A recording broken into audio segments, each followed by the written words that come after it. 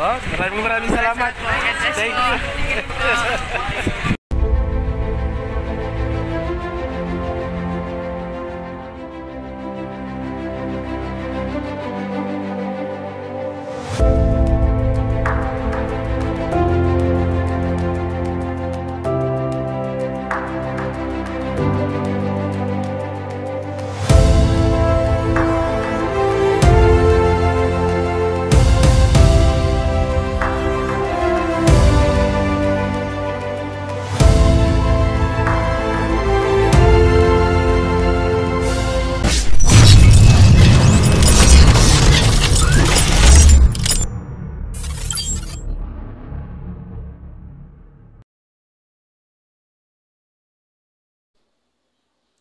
Hello guys! Welcome to my YouTube channel. This is Kuya Potpot Vlog at meron tayong isang reaction video, no?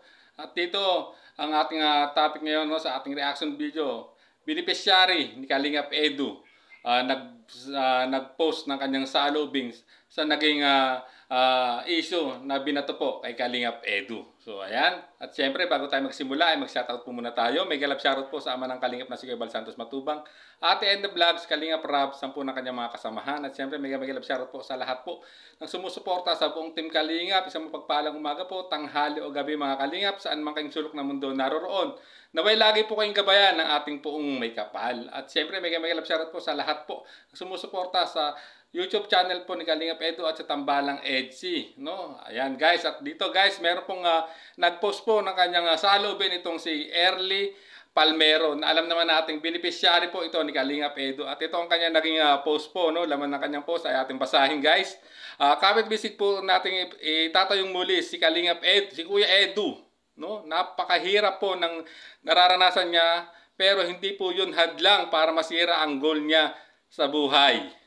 Kaya kuya, patuloy kaming naniniwala at magtitiwala sa iyo. Go lang kuya, andito lang kami.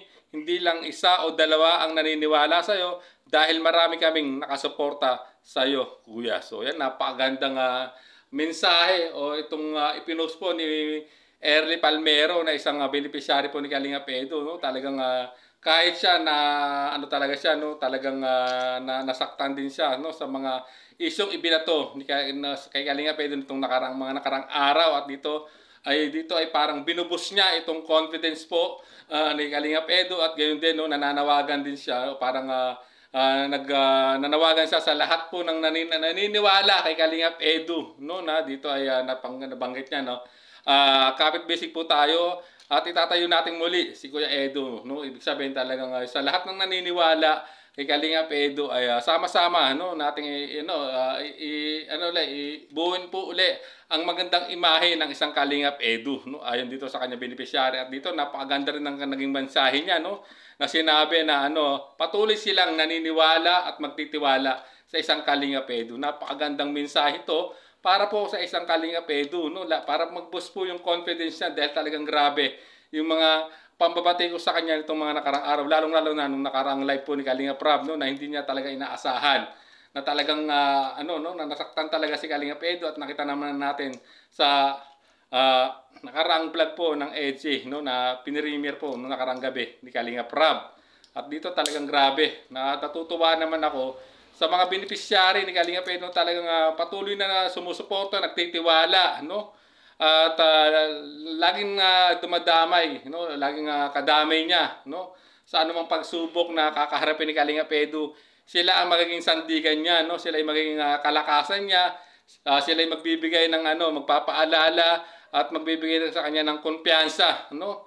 At lakas, no? At tatag para mapagtagumpayan niya ni Kalingap Edu itong mga pambabati ko sa kanya ng mga kritiko niya, no? So napakaganda ng mensahe po rito ni Early Palmero, no? At humahanga sa batang to na talagang naging aware siya sa naging issue po sa kanyang Kuya Edu, no? At sa iyo Early Palmero, saludo ako sa iyo, at talagang grabe itong naging post mo dito sa yung Facebook post, no? Talagang maraming pumuso rito, no? At sana nga ay makita ito, no, itong post na to, makita po ito, no, ng lahat po ng mga totoong nagmamahal at sumusuporta kay Kalingap Edu. So ayan, hanggang dito na lang ating maikling reaction video. Maraming salamat po. At syempre, bago tayo tuluyang magtapos, ako'y bumabati ng advance happy birthday po kay Kalingap Edu. At syempre, more blessing to come.